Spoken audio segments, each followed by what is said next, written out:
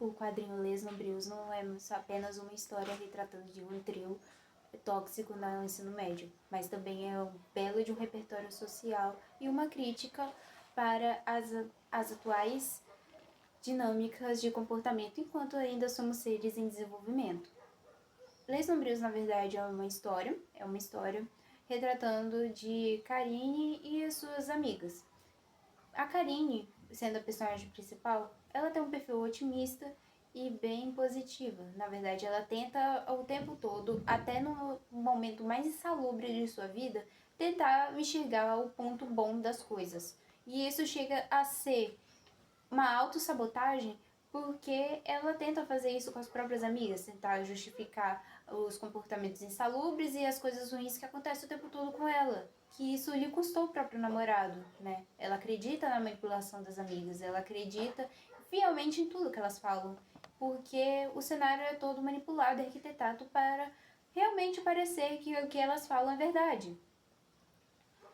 Elas distorcem histórias para justificar, elas distorcem os próprios cenários para confirmar o que parece ser, e então a Karine ela sempre acaba caindo nas garras de suas amigas. Mas se a gente for olhar isso tudo, por que isso acontece? A gente primeiro vai dar um enfoque mais na Jane. A Jane, ela é uma pessoa de certa forma ingênua. Ela não é uma pessoa muito inteligente. Na verdade, ela até é uma pessoa boa, se formos parar pra pensar. Mas ela é muito Maria vai com as outras. Porque ela, se ela está bem perto de pessoas boas, ela também vai ser uma pessoa legal e boa. Porque é o meio que ela está inserida. Mas ela não é assim de propósito. Na verdade, ela tenta parecer o que refletir a personalidade do que está em volta, porque ela vem de um cenário escasso. Uma mãe pobre, ela vive numa situação de extrema pobreza, porque a mãe é alcoólatra, pobre, ela não trabalha e abandonou os próprios filhos, irmãos. Então, a mãe fica o dia todo jogada debaixo de uma mesa, bebendo álcool, porque ela é divorciada. O namoradinho dela sumiu por causa dos filhos. Então, quando a gente para pra pensar pra Jane, tipo, o tempo todo se sentir a culpa por ser o que ela é, por a filha de uma pessoa, e ser filha ter causado o divórcio, de certa forma é uma coisa que faz ela não querer ser ela mesma. Ela o tempo todo quer ser igual uma outra pessoa para se sentir válida dentro de algum contexto. E isso acontece.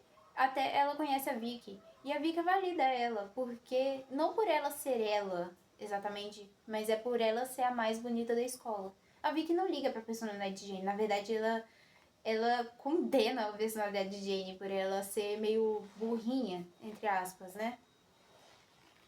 A Vicky é uma pessoa muito rica, ela entende muito bem dos jogos da sociedade, dos jogos sociais que acontecem, né? Então ela é uma pessoa muito manipuladora também.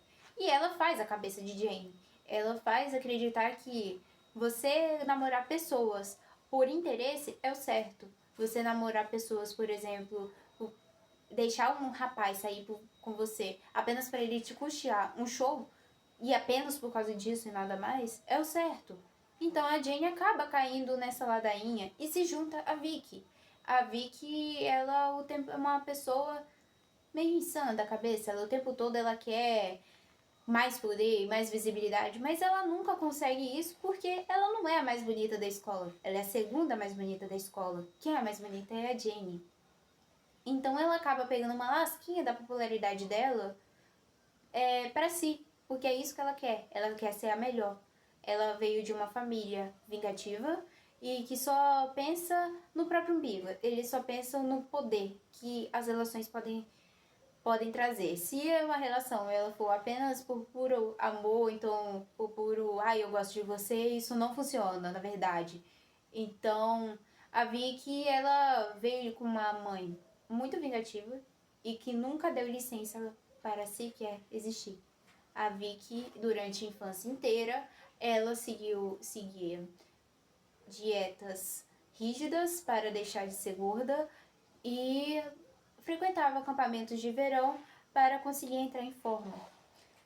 E ela nunca podia comer, por exemplo, bolo, ou então alguma coisa que geralmente as pessoas gostam, porque ela era castigada por isso.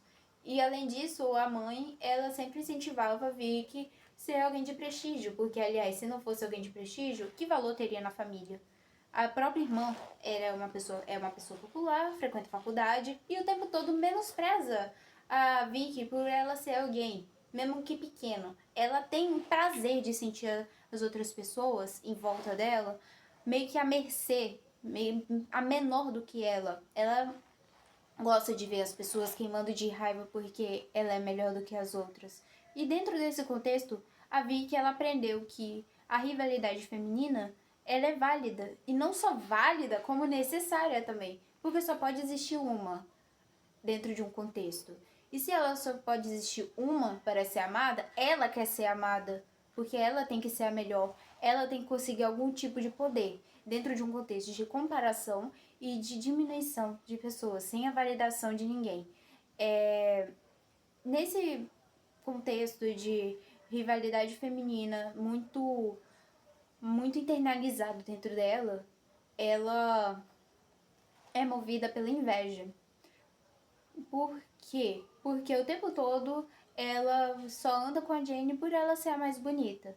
Só que chega uma parte da história que ela acha insuportável continuar andando com a Jane, porque alguém admite na cara dela que a Vicky não é a mais bonita da escola, na verdade ela é a segunda.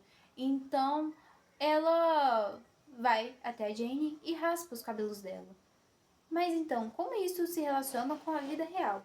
Na verdade, Donald Winnicott, ele menciona que muita da nossa personalidade enquanto adulto ainda é resquício de quando a gente ainda era criança, quando a gente ainda estava no primeiro desenvolvimento da vida, né? E de que a gente desenvolve uma personalidade não pra gente existir, mas pra gente sobreviver ao contexto que a gente está inserido. A gente tenta sobreviver a, por exemplo, as exigências dos nossos pais ou dos nossos criadores ou do nosso ambiente mesmo, seja lá qual for. E isso permanece até a vida adulta.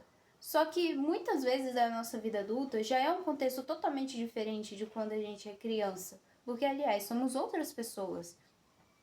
Quando nós éramos crianças, meio que a gente não tinha muito o que fazer. A gente não tinha a consciência do que estava acontecendo ainda, apesar de crianças serem muito inteligentes. Adultos já têm uma mentalidade um pouco mais desenvolvida e eles continuam carregando essas armaduras que ainda trouxeram lá da infância. Então, voltando ao exemplo de Les Nombrils, se por exemplo a Vicky ela tivesse enxergado que essa personalidade competitiva e invejosa que ela tem fosse um traço defeituoso, e ela só percebe isso quando o quadrinho acaba, literalmente no último episódio, ela poderia sim ser uma pessoa de prestígio, não necessariamente em primeiro lugar, mas ela seria sim uma pessoa de prestígio, movido por algum tipo de ambição que ela tem na vida dela, e ela não seria uma pessoa mediana, que dependeria de o tempo todo ficar usando os outros para conseguir alguma coisa que ela quer. Ela seria uma pessoa excepcional, ela poderia ser uma empreendedora, porque se tem uma coisa que ela tem é visão. Ela consegue manipular e arquitetar coisas assim, 2, 3 passos do que as outras personagens conseguiriam pensar. Então ela, sim, conseguiria ser uma empreendedora se ela movesse esses traços que ela tem para suas próprias dores internas, de querer o tempo todo se sentir amada por alguém, ou então desejada para provar, não provar, não para si mesma necessariamente, sim, para ela si mesma também, mas também para a irmã, porque a irmã meio que é a principal rival dela, e para a mãe, de que ela consegue ser alguém, ela consegue existir do jeito que ela é, porque aliás os garotos adoram ela do jeito que ela é, né? Enfim, ela poderia ser aquilo que ela quisesse, ela conseguiria ser rica sem precisar do dinheiro do pai, ou então da fortuna da mãe também. E a mãe meio que ela só se casou com o pai porque ele é rico.